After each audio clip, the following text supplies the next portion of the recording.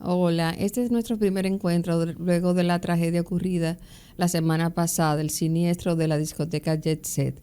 Reiteramos nuestras condolencias, a todo el pueblo dominicano. Este es un duelo que nos acoge a todos, al equipo, a nuestras invitadas que tuvieron la gentileza de postergar este encuentro para unirnos al duelo nacional la semana pasada. Y de manera particular reiteramos nuestras condolencias a nuestros anunciantes, el Banco Popular de la República Dominicana, que lamentablemente sufrieron la pérdida de 5 vidas humanas de personas allegadas y que laboraban como funcionarios en el banco, así como a la familia Placeres, Castillo Placeres, muy cercanos a nosotros. Ustedes conocen todos a Francesca, que es miembro de Poncho Morado Field. Francesca Placeres Castillos es sobrina de una de las víctimas, la señora Lourdes Tricar de Castillo. Un gran abrazo a toda la familia Castillo, a toda la familia del Banco Popular y a toda la familia dominicana.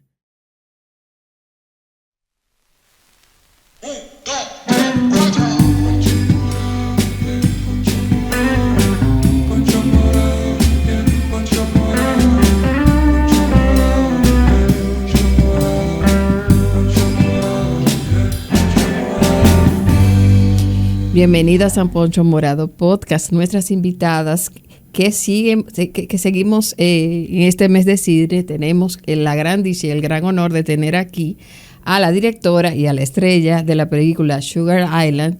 Bienvenida Joannette Gómez Terrero y Yelida Díaz. ¿Cómo están ustedes?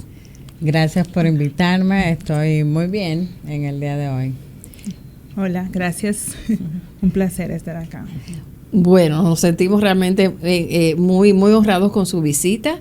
Estuvimos en el Festival de Cine de Fine Arts y donde tuvimos la oportunidad de ver la película Sugar Island, que será quizá el tema central. Pero antes de hablar de la película, queremos hablar un poco de ustedes. Empezando por ti, Joanne, ¿cómo entras al cine? He visto tu hoja de vida y veo que tienes muchos trabajos en producción, algunas películas que tengo el gusto de haber visto, pero me gustaría que las comentara cómo fue tu inicio, si fue en el área de producción. Ya Sugar Island viene siendo tu quinta película, ¿no? No, depende. A ver, explícalo. Bueno, yo empecé a estudiar cine porque estaba enamorada de las imágenes. Hice un taller donde nos pusieron una película que se llama Odisea en el Espacio 2001 y de alguna manera, siendo adolescente, me quedé pensando como quiero hacer eso, pero no vi a nadie, no veía mujeres en los créditos y pregunté inocentemente, siendo una adolescente, como ¿puedo trabajar en el cine? Y el profesor de ese momento me dijo que sí, y así entré a la carrera de cine. Soy la primera que fue a la universidad de mi núcleo familiar, entonces también fue una sorpresa como hacer ese salto repentino, ¿no? De una familia, de un padre panadero y una madre ama de casa que no terminaron la escuela, pues decir que voy a la universidad y a estudiar cine en un momento en Dominicana donde el cine no tenía tanto movimiento como ahora y no existía la ley de cine. Y bueno, y la vida pues me fue llevando por diferentes espacios del cine o diferentes disciplinas, porque el cine es multidisciplinario, y la primera fue producción. Yo estudié producción en la Escuela de Cine de San Antonio de los Baños, en Cuba, y mis primeros trabajos están ahí desde ese lugar, ¿no? Desde claro. Esa parte que yo considero muy creativa también, pero que también es la que pone como el cable a tierra. La parte más administrativa también. Y luego, en el 2011, fue la primera vez que dirigí un documental que se llama Bajo las Carpas, que luego no tuvo tanto recorrido porque tuvo una carga emocional muy fuerte para mí. Pero el trabajo que de alguna manera gatilla mi carrera como directora se llama Caribbean Fantasy, que es un documental que se estrenó en el año 2016. Y con Sugar Island es como mi salto a la ficción, porque hasta ahora había trabajado más en el mundo del documental. Y bueno, en el medio de todo esto hay muchas cosas, ¿no? Porque he trabajado también con otras producciones, he escrito por otros proyectos, he investigado, organizo un laboratorio de proyectos que une África, Latinoamérica e Islas Canarias. O sea, creo que mi vida tiene mucho movimiento, todo dentro del cine, pero no solamente en la dirección. Muy bien. Vamos a profundizar sobre algunos de esos elementos tan interesantes mencionaste, tanto de tu interés como de tu desarrollo de carrera, pero antes le pregunto a Yelida cómo fue su entrada al séptimo arte. Bueno, yo soy de teatro. Yo entré a Bellas Artes como en el 2017, luego de salir de egresar de la escuela de un politécnico. Yo desde pequeña, yo primero soy de teatro. O sea, esa es mi alma mater y como bien celosa con el teatro. Yo desde pequeña he querido estar, o sea, he estado involucrada con el teatro, no a nivel profesional, pero siempre he estado involucrada. Mi papi, recuerdo que fue que me impulsó, porque yo cuando vi las carreras que había en la UAS, yo soy de la UAS, el cine me parecía más interesante, el currículum del cine. El de teatro no me parecía tan completo como yo lo quería. Entonces mi papá me dijo que en la Escuela Nacional de Arte Dramático daban teatro. Y mi papá, yo recuerdo que yo no iba a ir, y él fue a Bellas Artes, al Palacio, tomó el papel de inscripción y fue el que me dijo, mira, ve y a la audición. Entonces a partir de ahí yo entré a la escuela e hice mi carrera. Egresé justamente antes de iniciar Sugar Island, pero simultáneamente como en Bellas Artes no hay una carrera, o sea, el título no es licenciatura, sino que es técnico únicamente, entonces yo estaba haciendo paralelamente cine en la UAS. Entonces, nada, yo entro al cine directamente por la UAS, pero ya a nivel profesional, en realidad, fue con Sugar Island. Muy bien, muy bien. Y felicito a sus padres por apoyar sus respectivas vocaciones. Un saludo para ellos. Joanne, mencionaste varias cosas que me interesan. La primera de ellas es que fuiste la primera en tu familia en dar el salto no solo profesional, sino a una carrera como el cine. Pero una pregunta, ¿fuiste directamente a estudiar a San José de los Baños o estuviste aquí en un estadio previo en Santo Domingo? Estuve primero acá. El taller donde yo vi Odisea en el Espacio fue en Infotep. Perdón, adelante con el cafecito, Laura, para nuestras invitadas. Gracias. Y para la señora del Poncho. Muchas gracias. Te paso esta. Gracias, qué amable. Entonces decías que sobre el taller. Sí, no, estoy bien así. Sí, yo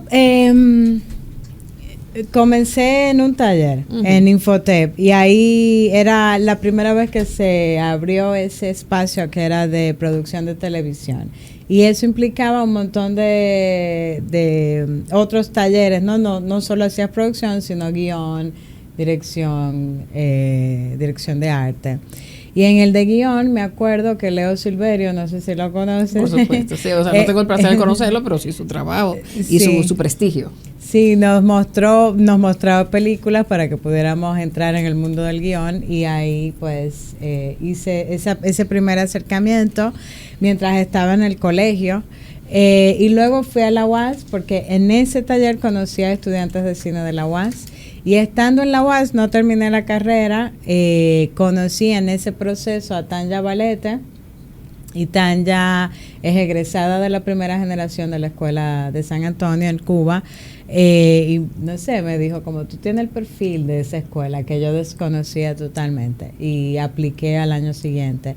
Yo estaba trabajando acá ya en ese momento, hacía bastante asistencias de producción. Quiere decir, cuando tú llegaste a San Antonio, ya llegaste digamos con cierto conocimiento técnico, sí, y la experiencia ya además de gratificante tuviste la oportunidad, y eso es interesante porque muchos padres de personas que están en edad, que van a llegar a la edad universitaria, me hacen esas preguntas, y yo no necesariamente tengo la respuesta porque no conozco Cuba, de verdad. Y qué pena, pero eso hay que hacer, eso es un pendiente importante. Y sobre San Antonio, me gustaría que explicaras cuando el estudiante llega, si puede, digamos, elegir un énfasis, no, mira, me gusta más guión, me gusta más producción, y cuál fue tu desarrollo, digamos, como estudiante. Bueno, cuando aplicas a San Antonio de los Baños, a la ICTV, ya aplicas con una especialidad. Okay. Aplicas, tomas como un examen general, pero también tomas examen para una especialidad. Uh-huh. Y ahí la cátedra de esa especialidad es la que te elige. Uh-huh. Hay como evaluación y tú decides a qué especialidad vas, a qué especialidad aplicas y luego te eligen o no. ¿No? Pasas por ese proceso de evaluación. Y la escuela tiene un primer año que llaman polivalencia y de alguna manera es entrar a la historia del cine y también entrar a todas las especialidades. Hay como una manera de entender el cine en su totalidad y es también un espacio de ponernos como a todos en el mismo nivel. Tanto reflexivo como técnico, o sea, porque la escuela es teórico-práctica. Y luego, a partir del segundo y tercer año, cada persona va a su especialidad. Usualmente, cada cátedra tiene entre 6 y 7 estudiantes. Y eso hace la escuela muy especial, porque estás tomando clases solo con 5 o 6 personas. Bueno, yo no sabía ese dato. Sí. Es decir, que hay una integración sí.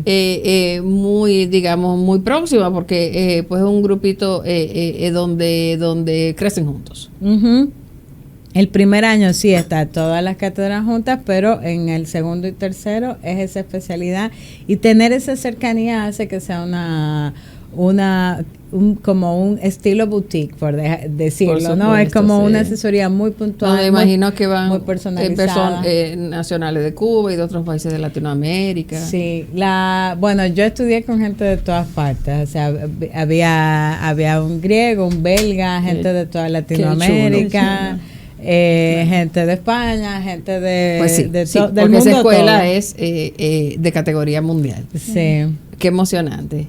Yelida, cuando estuviste en formación de teatro y haciendo teatro, me imagino que hiciste de todo, drama, clásico, comedia. Te pregunto de manera particular, ¿te tocó hacer teatro, por ejemplo, griego? Sí, claro. Yo recuerdo que fue Edipo Rey. Oh. Edipo. Yo tengo un amor con esa obra, Edipo Rey, sí. O sea, obviamente está escrita en prosa, pero nosotros la adaptamos en Bellas Artes, sí. Esa. Pero clásica también, sí. Antígona. Sí que hice. Yo no fui la prota, o sea, yo no era Antígona, yo era el coro de Antígona que estaba.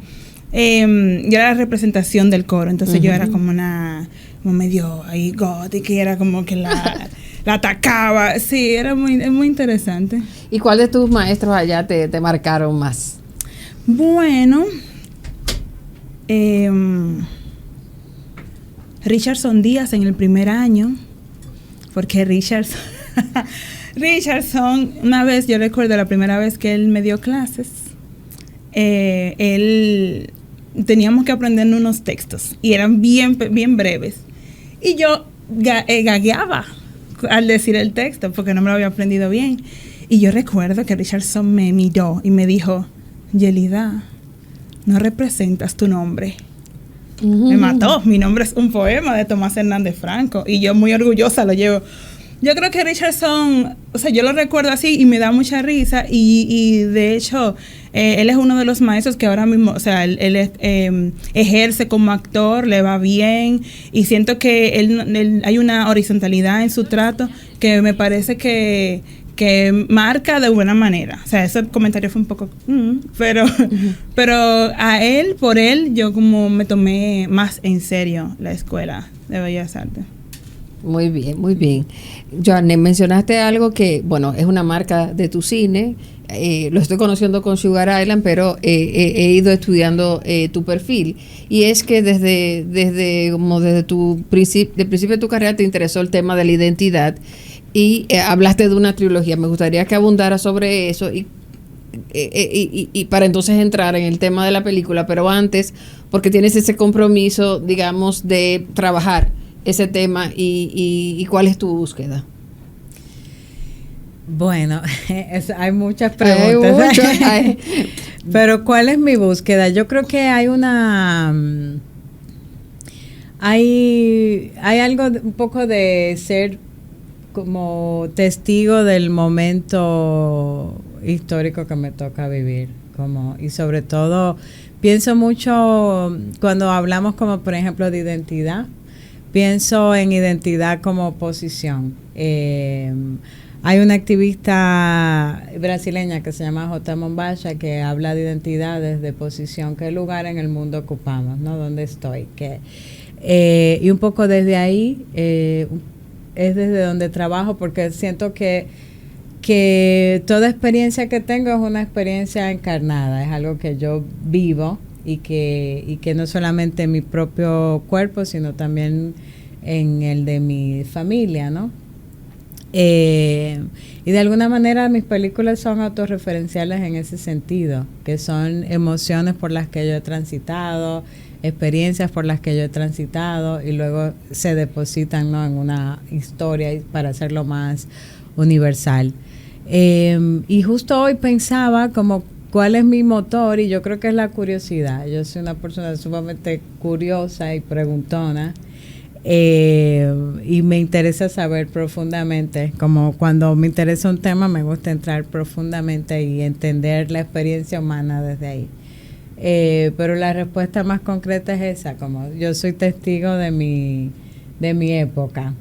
Sí, y un poco intento estar ahí como artista, siento que esa es mi responsabilidad de alguna manera, autoimpuesta también.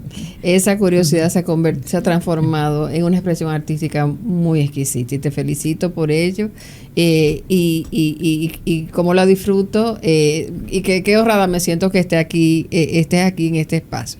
Yelida, ¿cómo te sientes tú como intérprete ante pues el reto general de tu carrera? Y ya para pasar a hablar de tu colaboración más adelante en Sugar Island, pero bueno, entendí que es tu debut en el cine, ¿no? Pero más allá del cine, como intérprete, ¿no? ¿Tienes así como una misión o una idea de lo que quieres hacer con esas capacidades? Claro. Yo tengo una empresa que se llama Llevarte. Es de cine y de teatro. Yo no he hecho... Digo que es mi debut en cine porque a nivel más formal, ¿no? Directamente relacionada con la Dirección General de Cine, a nivel internacional incluso...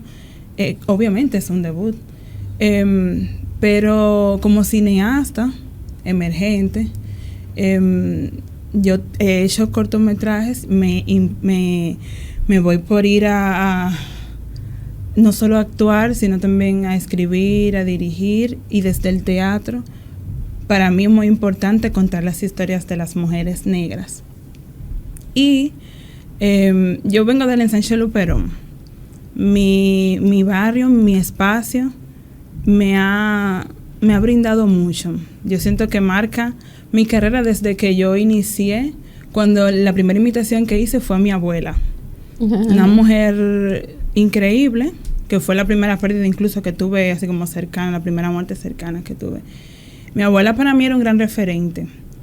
Y obviamente mis tías, o sea, en general... yo siento que hay tantas historias que contar en los barrios, en los campos, en los bateyes, en los sectores marginalizados en general. Las mujeres negras tienen muchas historias y yo siento que se monopoliza la historia de la mujer negra, se estereotipa. Y yo como mujer negra e intérprete, me siento en la necesidad de contarme a mí misma, y a través de contarme a mí, contar a las otras mujeres. Siento que bueno, no hemos mostrado todavía 100% Sugar Island, pero por eso siento que la peli Sugar Island a mí me representa. O sea, y siempre lo digo, no es lo mismo protagonizar o entrar en el mundo del cine o dar un paso importante en tu carrera con un papel cualquiera, que sea chulo, que sea bien, ¿verdad? Como me gusta. Y obviamente como intérprete lo voy a respetar, cualquier tipo de papel que sea, cualquier tipo de personaje, lo voy a respetar y lo voy a defender hasta el final. Pero uno que me llene tanto y que me haga cuestionarme a mí misma y cuestionar a mi entorno y y política y socialmente me haga sentir identificada, creo que es muy importante. Entonces, sí, como intérprete, como artista en general, porque como dije, actriz, directora, guionista, productora, porque yo soy de cine y soy de teatro y ambas hay que...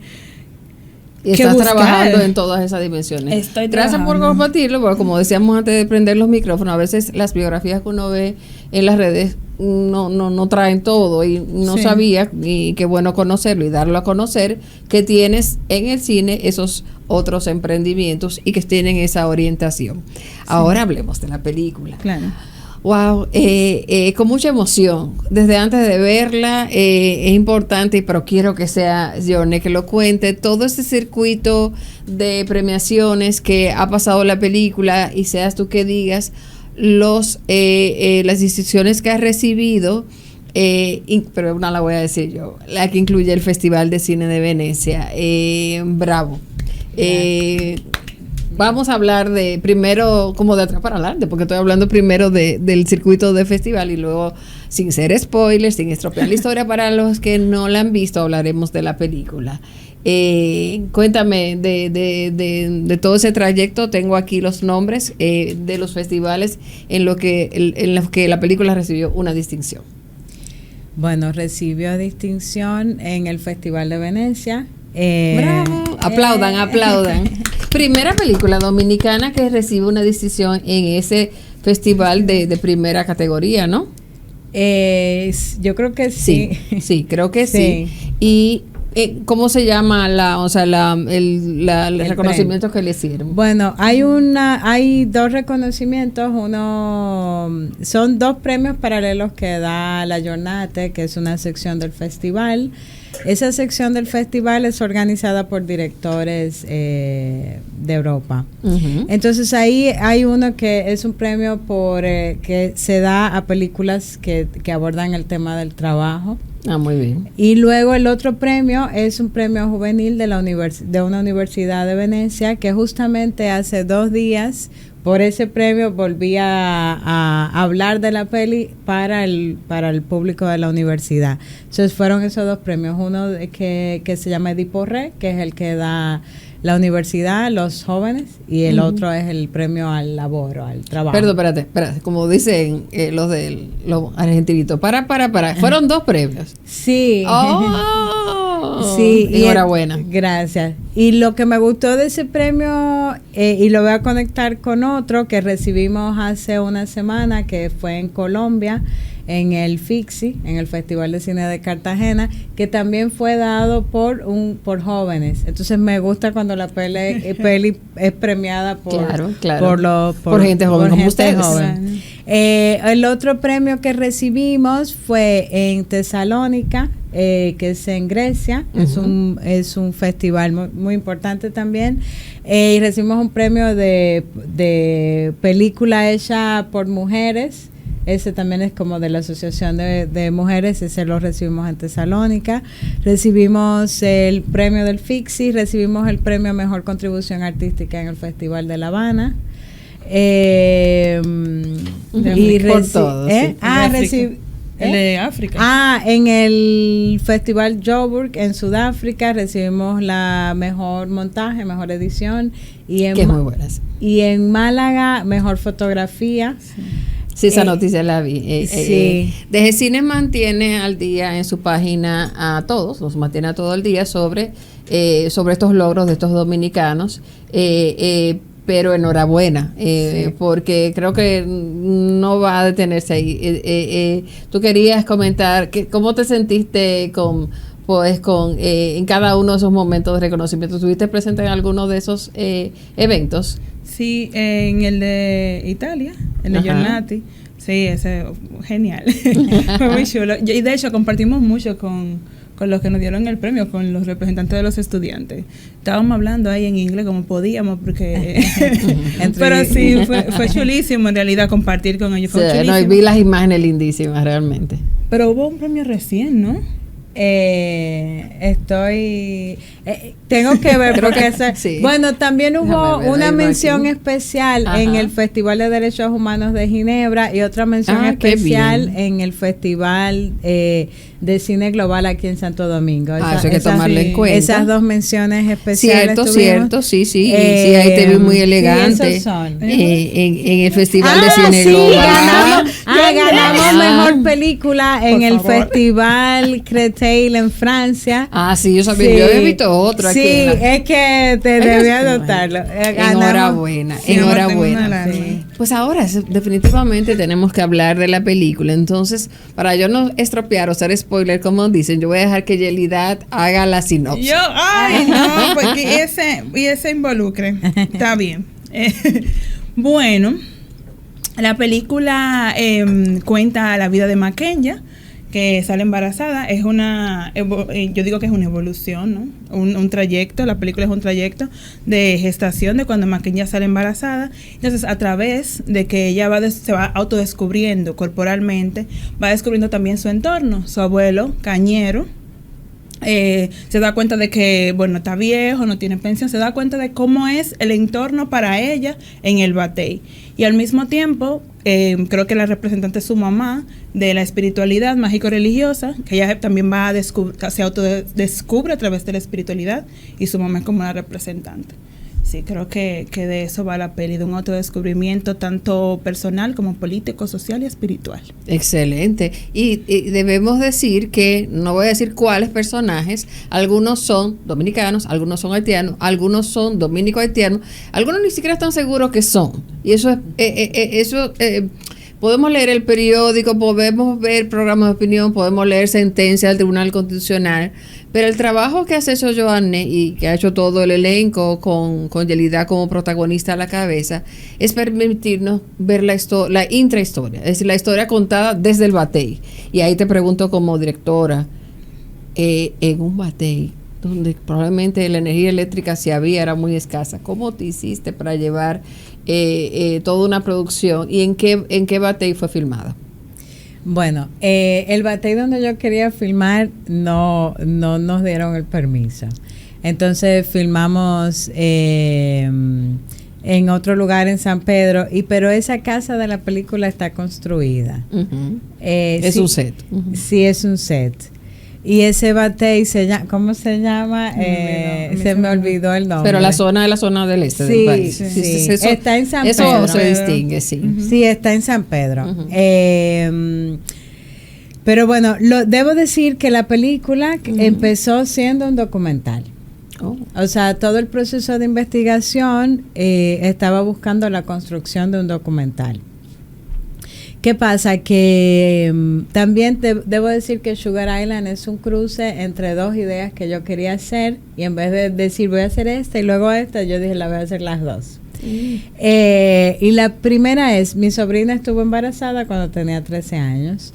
Yo estaba en Cuba, no estudiando, sino había regresado a la escuela a trabajar, y viví ese proceso de lejos, pero al regresar a Santo Domingo me di cuenta todo lo complejo que significa para un cuerpo no maduro gestar. Y todo lo que eso representa. Aún cuando ella seguía teniendo 13 años, tenía que asumir unas cargas sociales, porque no pudo seguir en la escuela, porque en la escuela no dejaron que ella estuviera gestando ahí.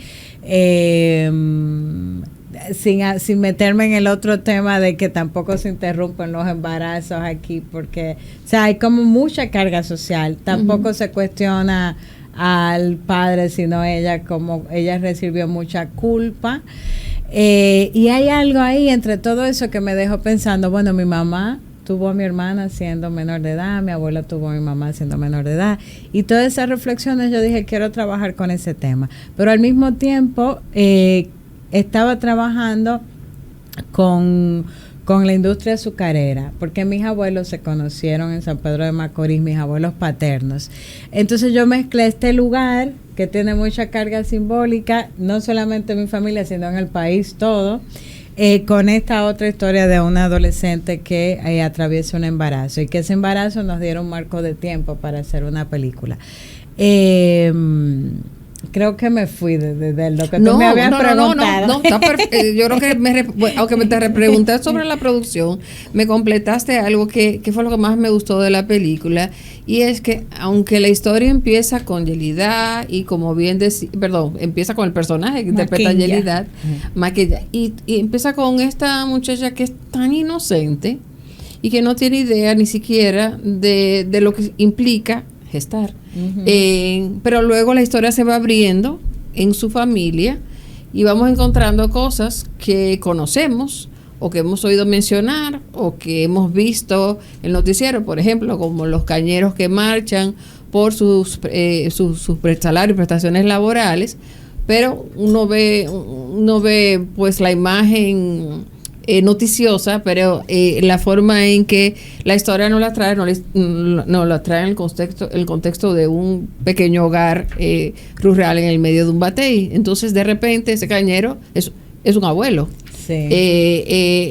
Esa mujer que tiene una niña toda embarazada es un personaje que tiene, digamos, que tiene sus emociones. Entonces, por supuesto, la historia se vuelve íntima y próxima y más fácil de generar la sensibilidad bueno, no quiero decir mucho, pero sí se va a acabar la posibilidad de seguir trabajando para ese abuelo, y eso implica un traslado de la casa, pero hay temas de documentación legal involucrados. Tiene mucha riqueza y algo, y me gustaría oír tu opinión, Yelida, que a mí me gustó mucho de la película, y es que vemos una República Dominicana vista de los ojos de tu personaje, que nunca ha visto Santo Domingo, que nunca ha visto Santiago de los Caballeros, es más, que nunca ha visto probablemente una playa, y como percibe desde esos llanos del este el mundo. O sea, es una gran soledad. Que ¿cómo llevaste a tu ser la cosmovisión de ese personaje? Bueno, primero, se llama Batey Olivares. Claro, creo que es importante mencionarlo. El personaje es fuerte porque es un personaje que se cuestiona mucho. Y yo siento que tuve que desnudarme para poder comprender a Maquenya, porque es dar un toque a una República Dominicana que Yelida conoce, que Yelida ha visto miles de veces desde un punto totalmente distinto al de Maquenya.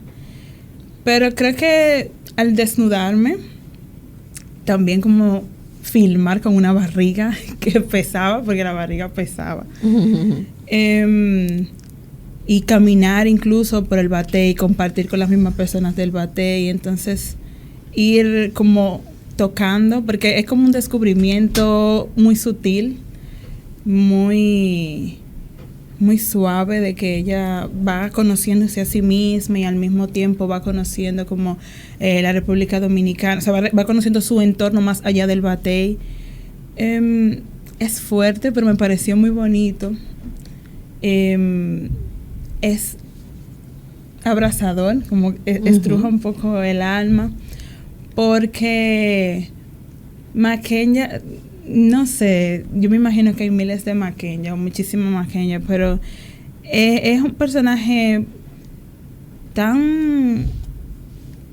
es interno, muy personal, es como hay que conocerla a ella, y ella dice tan poco, pero al mismo tiempo con lo que hace, cómo enfrenta las cosas, siento que dice tanto. Siento que un personaje muy espiritual también. Y bueno, es complejo porque es vestirse de otra cosa, ¿no? Estoy de acuerdo contigo, y ahí tengo una pregunta para ti, Joanne. veo que la decisión fue filmar con una cámara que se tiene en muchos planos frente a lo que acaba de escribir Yelida. Es un personaje tribulado que, aunque no tiene muchos parlamentos, proyecta comunica mucho a través de sus acciones, de sus pausas. Bueno, la escena del parto es bravo por ti, es sobrecogedora. Y ese estilo fue una decisión o un tema de recursos o una manera de llevar al espectador a la piel de los personajes. Sí, bueno, todas las decisiones estéticas en la película fueron eso, decisiones que en algún momento, o sea, yo tenía propuestas y sobre todo intenciones, y con el equipo logramos como poder concretarlas. Lo de trabajar con una cámara es que yo no me imagino trabajar con más de una cámara. Ah, sí. Y veo que no eres la única. En Bachata del Biónico prácticamente una cámara también. Sí. Y funciona muy bien. Sobre todo, pero es un compromiso que ejecutaste con, digamos, o sea, de una manera muy sistemática. Porque el estar con una cámara, pero una cámara que tiene que tomar decisiones, me alejo, me acerco, hago un planito de secuencia aquí y estar viviendo el personaje, las entradas de los demás, y creo que funciona muy bien con el tempo de la historia que se cuenta. Hablemos un poco, Yelida, de los otros actores. Por supuesto, el abuelito es un actor que hemos visto en películas anteriores. Recuérdame el nombre del caballero. De Juan María Almonte. Excelente. Sí. Está Ruth Emeterio como Filomena, la madre. Sí, la madre Filomena. Sí. Está Diógenes Medina, que es Leroy, que siempre va en el caballo. Leroy, sí. Ay, sí, Leroy. Sí. Y el caballito se porta bastante bien, ¿eh? Sí, y Xiomara Rodríguez es la doctora. Uh-huh. Es el grupo de actores, y está el Génesis Piñeiro también pero en actores que vienen que son actores. Porque Francis Cruz. Sí, y en la poesía coreada está Isabel Spencer. Isabel Spencer, que me gustaría luego también que hablemos de la poesía coreada como elemento narrativo. Sí. La poesía coreada, bueno, pero se sigue comentando. Me gustaría que mencionaras también del crew. Mencionaste que hubo un premio de edición. Que el editor, ¿quién fue? Se llama Raúl Barreras. Pues felicidades para él. Sí, porque la película es una coproducción entre España y República Dominicana. Cierto. Entonces el montajista es Raúl, uh-huh. Es español, con el que he trabajado desde todas mis películas han sido montadas por Raúl. Es como somos colaboradores hace mucho. Y el fotógrafo que recibió un premio también es Albán Prado, que es chileno pero vive en España. Ya no, es un conjunto de estrellas. Sí. Felicidades a todos. Mencionaba la poesía coreana, donde el personaje se desdobla en otro y aparece junto a ese conjunto de mujeres. ¿Cómo percibes que fluye esa subtrama en la trama principal, Yelida? ¿Cómo la percibes? Me parece muy necesaria. Que por cierto la película empieza con ella, claro, lo cual le da una tonalidad particular a la película, o sea, te prepara. Por eso estoy contigo de que es un inicio espiritual. Sí, me parece que, bueno, es como una especie de aquelarre, ¿no? Y siento, bueno, es la parte más histórica también, como que cuenta directamente los archivos uh-huh. afro de República Dominicana, y yo siento que es necesario. Puede haber como por ejemplo, hay gente que se me acerca y me dice, bueno, no sé, sale de la ficción, no sé, y a veces hay como que puede crear una especie de shock, pero me parece a mí muy poderoso y necesario en realidad que haya como ese momento de contar las cosas tan explícitas, porque a veces parece que decirlas sutilmente no funciona. No, y me encantó que el personaje aparece en otro yo. En otro yo donde ya está en medio, digamos, de esa poesía, del conocimiento, y es como un alma, digamos, como alterna. Me gustó mucho ese elemento y me gustó mucho también. Yo escribo a veces algunos articulitos en acento, y la semana pasada yo escribí uno y me dijo mi amiga Pilar Barbaje, ¿cómo es que tú puedes escribir? Está escribiendo sobre lo que pasó en Yesé, pero menciona a Duarte, pero menciona también temas de la historia colonial. Y yo, bueno, que mi cabeza funciona un poco así. Entonces, me gustó que, por supuesto, salvando las diferencias de la directora aquí, con mis articulitos, que para tú contar una historia de 2025, de este siglo, fuiste vinculaste con la historia de esa industria, como tú bien tú dices. Tú estás contando la historia de una mujer embarazada, una mujer atrapada en una situación compleja, pero también estás contando cómo la industria azucarera produjo, digamos, una situación socioeconómica para una población que sigue, como diría la filósofa Hannah Arendt, que en su libro, que voy a referirme a él al concluir, la condición humana, donde parecería que todavía los bienes patrimoniales están por arriba del valor de la vida. ¿Por qué decidiste introducir, o qué peso le ves, vamos a verlo así la pregunta, en el tejido del guión y de la historia que luego ya puedes ver en pantalla, esos elementos, digamos, históricos, que lo introduce, por supuesto, a través del tema de la poesía coreana? Sí, bueno, la película, pienso en que estamos en red, ¿no? Estamos enredadas. No hay manera de ser como un ente aislado, y el presente que vivimos responde totalmente al pasado.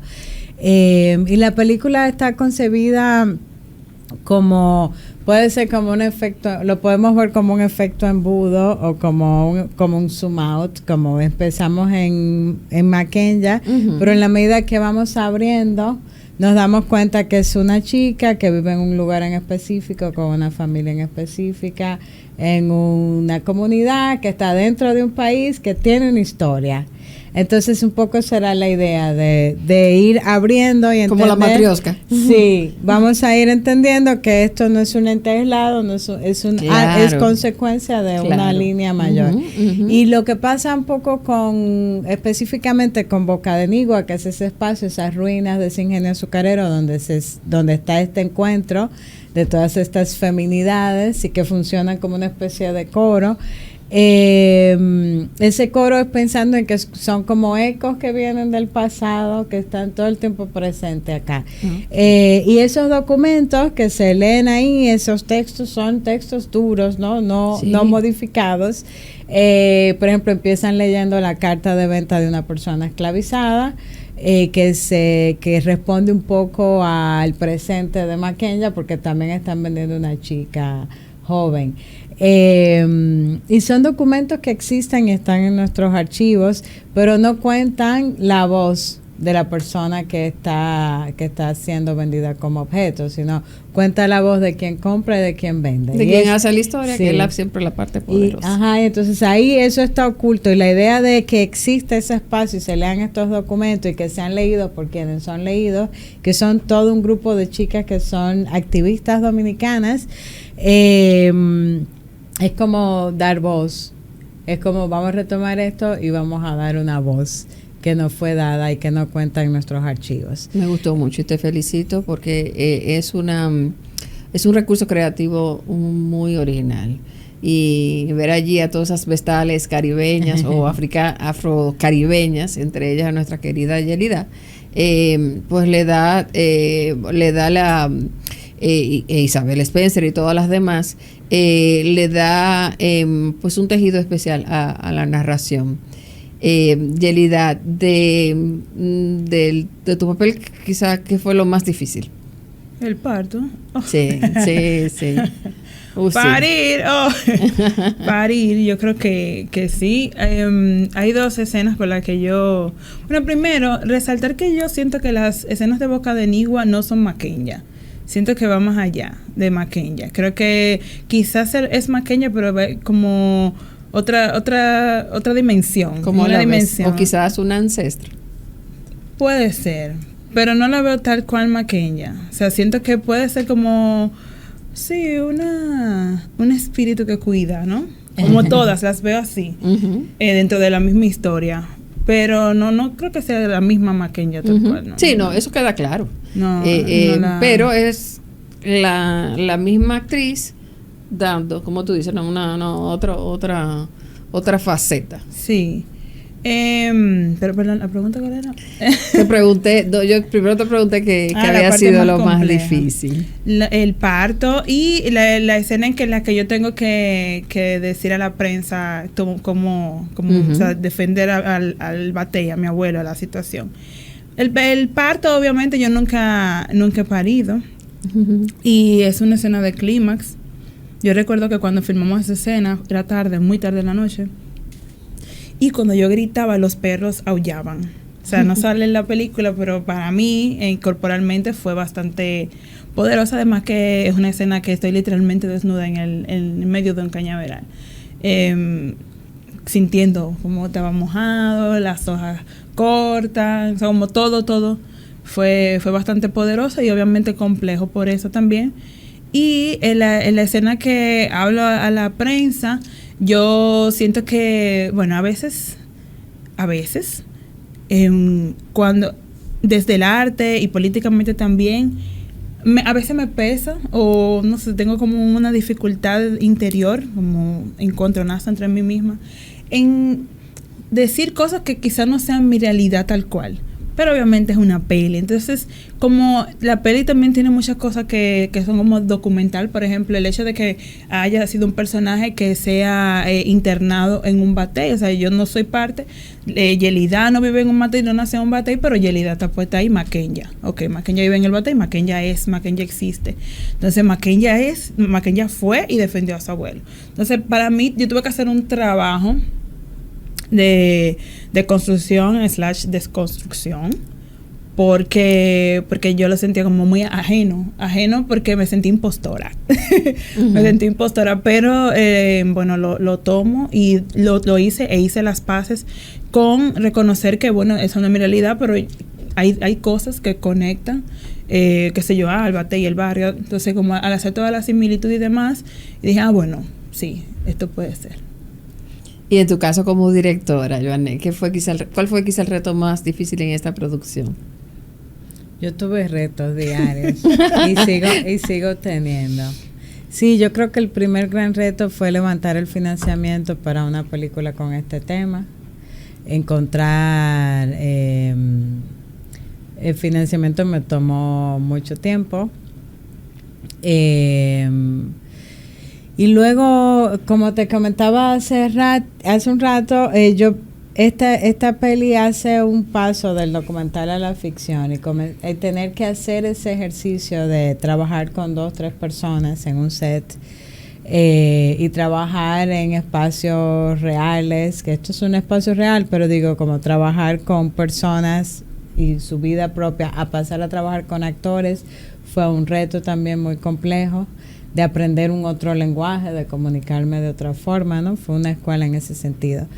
Y creo que cada día la película nos puso un montón de retos, como desde los lugares donde yo quería filmar no tuvimos los permisos, en otras ocasiones el presupuesto no era suficiente para cosas que yo quería para la película, entonces también fue complejo, pero al mismo tiempo fueron oportunidades que retaron mi creatividad, porque te puedo decir que este bautismo con azúcar nace de que yo no podía filmar en un río que quería filmar. Entonces luego yo dije, ¿cómo puedo simbólicamente trabajar con eso? Y creo que mucha de la magia pero quedó fantástico, sí. Me encantó esa toma, bella, ¿no? Ay, véanla. Sí, entonces creo que mucha de la magia de la película tiene que ver con que en vez de ponerme a llorar y decir no puedo esto, yo dije, bueno, lo voy a hacer. Incluso el primer día de rodaje pasó una tormenta, se inundó la locación, luego teníamos que entrar a un ingenio que no nos dejaron pasar teniendo el permiso y todo eso. Yo luego dije, ok, ¿podemos tener más días de rodaje para resolverlo? No, porque los permisos están limitados. Entonces, nada, como fue un reto, pero al mismo tiempo una oportunidad de probarme de que yo iba a hacerlo, sea como sea. Y todavía la película sigue retándome porque de alguna manera siento que tengo que defenderla en muchos espacios. Sobre todo en este territorio. Así bueno, aquí en este espacio la celebramos. Sí. Y yo quiero despedirlas, primero invitándolos a todos a seguir el trabajo de estas dos damas del cine. Ya vi que, Yelida, tú estás ya en un trabajo que está en postproducción, ¿no? La herencia de los Ramírez. La herencia de los Ramírez. Y en tu caso, Joanne, ¿estás trabajando en un próximo proyecto? Sí, bueno, yo también organizo un laboratorio, que ahora estoy en eso, un laboratorio de proyectos que une África, Islas Canarias y Dominicana, y bueno, y Latinoamérica toda, y estoy ahora organizando Miradas Afroindígenas se llama. Y bueno, yo estoy escribiendo otra película, pero poco a poco. Sí, estoy en ese proceso. Gracias por incluir también nuestros olvidados indígenas. Está en nuestro ADN y están en nuestra cultura, en nuestra gastronomía, designan nuestros ríos y nuestras montañas, y tenemos que volver a entender que ellos también están entre nosotros. Yo quiero despedirme de ustedes compartiendo una reflexión que estuve leyendo a raíz de la tragedia del siniestro del Jet Set. Tengo en mi escritorio un libro que consulto con frecuencia que se llama, como ya mencioné, La condición humana, de la filósofa germano-judaica Hannah Arendt. Entonces, a raíz de lo que pasó, me puse a leer uno de sus capítulos que habla sobre el valor de la vida en la sociedad moderna, es decir, que la vida es el bien supremo. Y lo que explica esta intelectual es que antes de, y es interesante comentar esto en Semana Mayor, antes de, en la antigüedad, la vida tenía menos valor que el mundo. Cuando ella habla del mundo, o sea, el concepto arendtiano del mundo no es el planeta y sus riquezas, sino naturales, sino el mundo es la casa que ha construido el hombre para desarrollarse, para interactuar con otros hombres. Es decir, los bienes patrimoniales pueden ser privados, pueden ser bienes públicos que compartimos. Y esta investigadora dice, no es sino hasta el cristianismo que ese valor cambia radicalmente, donde la vida es más importante que el mundo.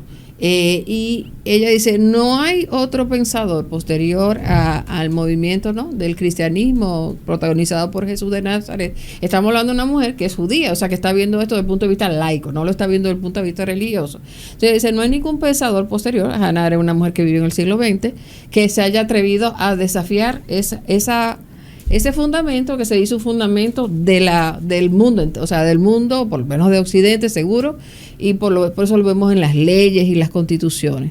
Entonces, una de las cosas que me llamó la atención de su hallazgo es que ella dice, aun cuando una persona tenga una vida, digamos, una vida basada en la fe y en la creencia de que hay una vida eterna, en mi investigación sobre lo que fueron los evangelios, es que siempre el personaje, la persona de Jesús, o sea, el personaje histórico, y según las escrituras, siempre habló de accionar, o sea, siempre pedía accionar. Si además la persona quería tener una vida espiritual, o sea, no es incompatible, y ese accionar no solo lo deben celebrar las personas que viven con fe, sino todas las personas. ¿Por qué? Porque nosotros le debemos a ese proceso ese valor de la vida sobre el mundo.